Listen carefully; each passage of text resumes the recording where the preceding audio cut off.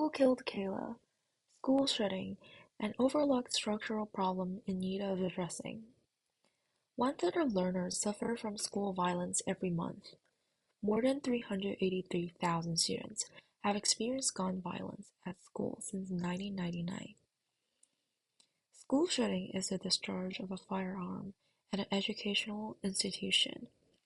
It is a horrific tragedy that has taken away so many lives of students and educators, shattering the community and leaving devastating, lasting trauma. When it comes to the discussion of school shooting, the topic usually surrounds individual mentality or gun control. While there is no single factor responsible for the increasing frequency of gun shooting, it is important to examine this issue from a broader perspective. One crucial yet often overlooked factor: poverty. Poverty is a complex, multifaceted, and self-perpetuating issue that affects all aspects of life. It plays a role in everything from food to social capital, from education to mental health.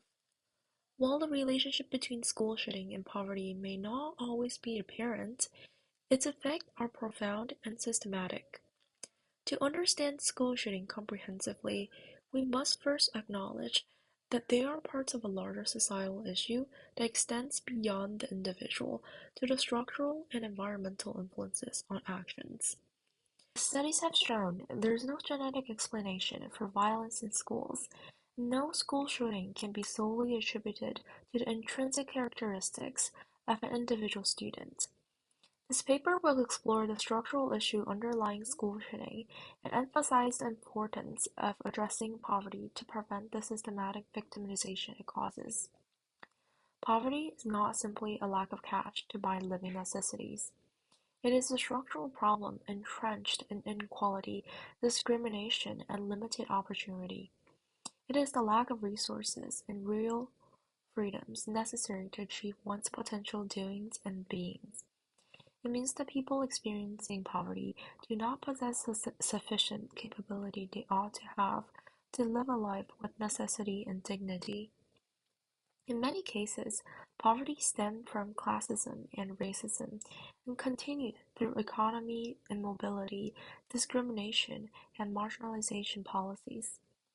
These conditions create an environment where the seeds of violence can take root. Students living in poor neighborhoods are subject to the early exposure to violence that not only makes them victims, but also increases the likelihood that they will become perpetrators. Studies have shown that youth in the United States experience community violence at alarming high rates, with nearly 40% affected nationwide.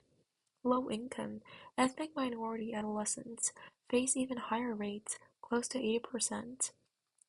In impoverished communities, guns are more accessible due to the black market and the loose regulation. With the absence of adult supervision, youth in these communities are more likely to gain access to firearms and use them in violent circumstances. Consider the case of 6-year-old boy Dedrick Owens, who killed 6-year-old Kayla Rowland at school after stealing and obtaining the pistol his 19-year-old uncle had left under the blanket. It happened at a crack house, where guns were traded for drugs, a place where his mother had to make the boy stay because she had no other place to live. Numerous studies have examined the psychological effects of exposure to neighborhood and community violence. These traumatic experiences have shown both short-term and long-term consequences, including depression, anxiety, PTSD, etc.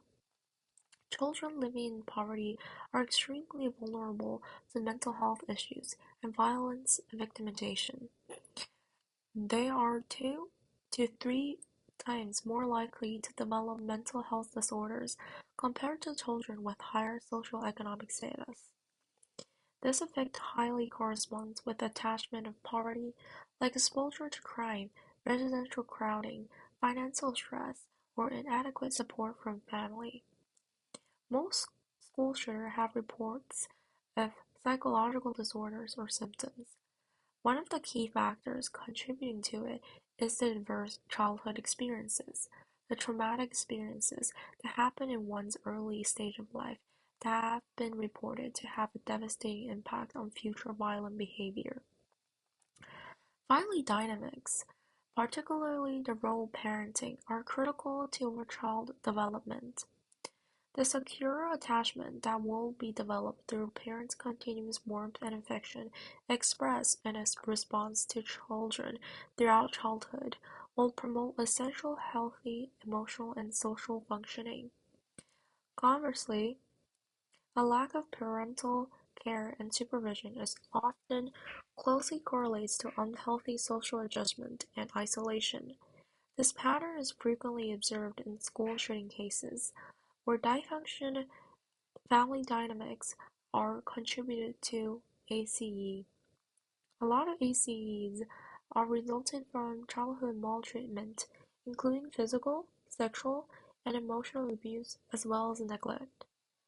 Examples include both parents being addicted to drugs, alcohol, domestic violence, or incarceration of a family member. In the case of little Dendrick, there have been numbers of reports of the lack of parent-child interactions. His dad is in jail for selling cocaine, while his mother had no choice but to leave children at the crack house while she works. Like lots of other single mothers, Dendrick's mother is also forced to low-income jobs because she lacks the advanced skills employers are looking for. She had no choice but to compromise her time with kids to hold two jobs to make a living to support her and her little two boys. This is welfare reform. They take you away from your kids, and then they say you're neglecting your kids. Her words reflected countless difficulties of people in the same situation. Parents of households in poverty often had to work multiple jobs at once to make ends meet, leaving them with little time to spend with their children and providing them with the emotional connections they need to develop. This lack of interaction leads to emotional insecurity, making it harder for parents to recognize their children's mental health issues and hindering the development of healthy coping strategies. In turn, children may seek validation from unhealthy bonds like games and resort to extreme violence as a way to escape their stress. Education is often viewed as a great equalizer and a means of breaking the self-perpetuating cycle of poverty. However, many impoverished schools are just a microcosm of socioeconomic disparities. Schools with 75% or more students are eligible for free or reduced price lunch are referred to impoverished school. The segregation persists in the United States, where wealthier school districts spend nearly 3 times as much per student. The lack of resources in schools of poor districts, including inadequately trained teachers, crowded classrooms, outdated and worn-out textbooks, and teaching tools. These perpetuate the poverty cycle because students here could hardly get into good college and get a decent job to attain upward mobility. Similar disparities are seen in Chile, where an unequal educational system limits opportunity for low-income students. The inequality is built into the system and is reinforced by the idea that poor students are less capable of succeeding. It failed to respond to the needs of students in poverty, limiting their opportunity and reinforcing the social division by exclusion. The huge disparity in resources between schools in rich and poor areas will lead to disillusionment and frustration among students in poor areas. The previous study conducted by Elder also provides evidence that impoverished schools suffer from overwhelmingly higher rates of school shooting. In addition, many impoverished schools foster a culture of institutionalized violence. They have embedded social structures that the institution itself would employ stricter disciplinary measure to reinforce cultural hegemony. disproportionately affecting marginalized groups. The lack of intervention by school staff in bullying situations further isolate these students, creating a fertile ground for violence. Most school shooters have reported being bullied by classmates for a long period of time without receiving adequate intervention. The lack of teachers' involvement in school safety tremendously impedes the supportive and safe environment for students, leaving a land where violence thrives.